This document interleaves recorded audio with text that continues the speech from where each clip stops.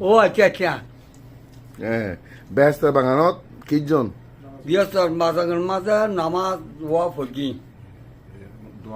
হ্যাঁ দোয়া ফরগি হ্যাঁ দোয়া করগি নামাজ ফরগি